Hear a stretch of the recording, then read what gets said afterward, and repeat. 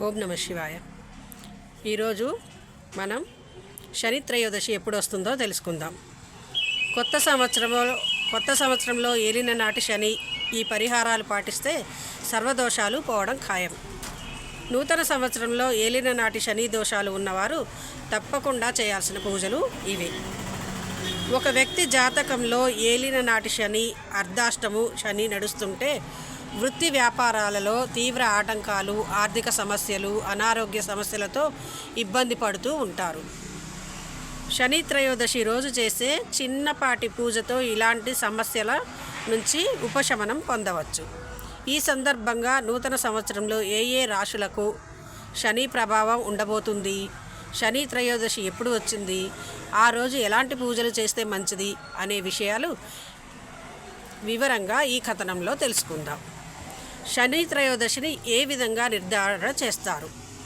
తెలుగు పంచాంగం ప్రకారం శనివారం త్రయోదశి తిథిలో కలిసి వస్తే ఆ రోజును శని త్రయోదశి అంటారు. డిసెంబర్ 28వ తేదీ శనివారం త్రయోదశి తిథి కలిసి వచ్చాయి కాబట్టి ఆ రోజున శని త్రయోదశి పూజ చేసుకోవాలని పంచాంగకర్తలు సూచిస్తున్నారు. శని త్రయోదశి పూజకు శుభ సమయం చూద్దాం.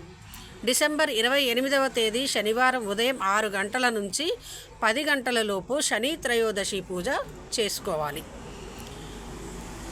త్రయోదశి తిథి విశిష్టత: దేవదానవులు చేసిన క్షీరసాగర మదనంలో ఉద్భవించిన హలాహలాన్ని తన కంఠంలో దాచుకొని లోకాలను కాపాడిన నీలకంఠుడైన ఆ శివుడికి కృతజ్ఞతలు చెప్పడానికి దేవతలు అందరూ ఆయన వద్దకు వెళ్ళింది ఈ త్రయోదశి తిథి నాడే అని శివపురాణం ద్వారా మనకు తెలుస్తుంది. శని త్రయోదశి ప్రాముఖ్యత: శని త్రయోదశి రోజున శనిదేవుడికి భక్తి శ్రద్ధలతో పూజా కార్యక్రమాలు చేసి శని త్రయోదశి వ్రతాన్ని ఆచరించడం వలన ఆర్థిక, ఆరోగ్య సమస్యల నుంచి ఉపశమనం లభిస్తుందని జ్యోతిష శాస్త్ర నిపుణులు చెబుతున్నారు. శనిదేవుడు కష్టాలే ఇస్తాడా? జ్యోతిష శాస్త్రరీత్యా శనివారానికి అధిపతి శని భగవానుడు. ఏ వ్యక్తికైనా పూర్వజన్మ కర్మ ఫలితాలను అందించే అధికారం శనీశ్వరునిది. అందుకే మానవులకు మంచి ఫలితాలు అయినా చెడ్డ ఫలితాలు అయినా కలిగేది శని భగవానుని అనుగ్రహం వల్లనే.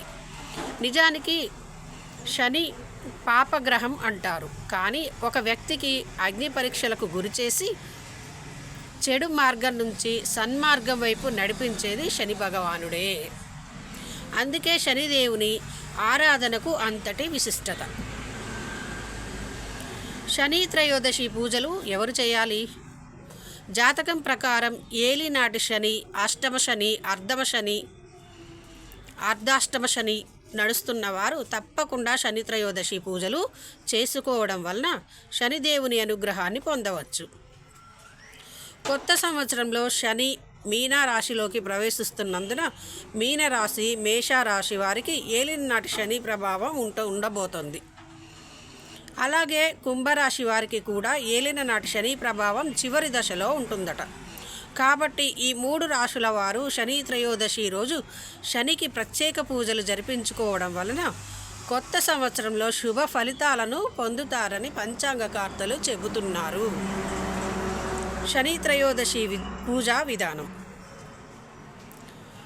శని త్రయోదశి నాడు సూర్యోదయమునకు ముందే నిద్రలేవాలి, అభ్యంగన స్నానం చేయాలి, దగ్గరలో ఉన్న ఆలయానికి వెళ్ళాలి, అక్కడ నవగ్రహాలకు ప్రత్యేక పూజలను నిర్వహించాలి.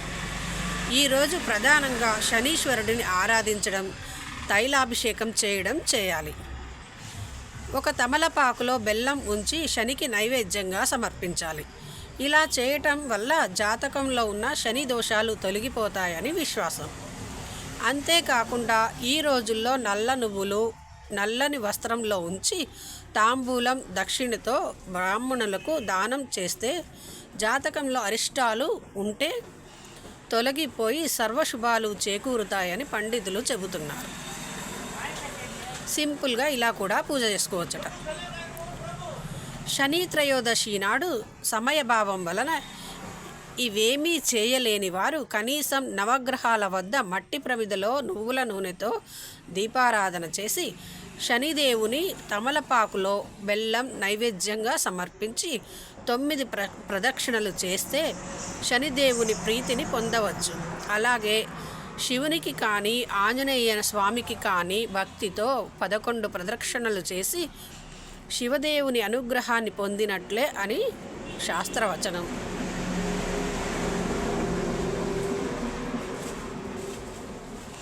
ఈరోజు శనిదేవుని వాహనమైన కాకులకు ఆహారం పెట్టడం, నల్ల చీమలకు పంచదార పెట్టడం చేస్తే కూడా మంచిది. ఏ పూజకైనా ముందు భక్తి ప్రధానం. భక్తితో చేసే చిన్నపాటి పూజకైనా అపారమైన ఫలితం ఉంటుందని శాస్త్రవచనం. ఇలా కూడా చేయవచ్చు. శని త్రయోదశి రోజు రావి చెట్టు దగ్గర మట్టి ప్రమిదలో నువ్వుల నూనెతో దీపారాధన చేసి 11 ప్రదక్షిణలు చేసి కూడా శని దోషాలు తొలగిపోతాయని విశ్వాసం. అలాగే కలియుగ ప్రత్యక్ష దైవమైన వెంకటేశ్వర స్వామిని దర్శించి పూజిస్తే కూడా మంచిది. అందువల్ల రానున్న శని త్రయోదశిని భక్తి శ్రద్ధలతో జరుపుకుందాం. సకల దోషాలను తొలగించుకొని సర్వశుభాలను పొందుదాం. ఓం శ్రీ శనీశ్వరాయ నమః. ముఖ్య గమనిక: పైన తెలిపిన వివరాలు కొందరు నిపుణులు వివిధ శాస్త్రాల్లో పేర్కొన్న అంశాల ఆధారంగా అందించినవి మాత్రమే. అంతేకాని వీటిలో ఎలాంటి శాస్త్రీయ ఆధారాలు లేవనే విషయాన్ని అందరూ గమనించాలి.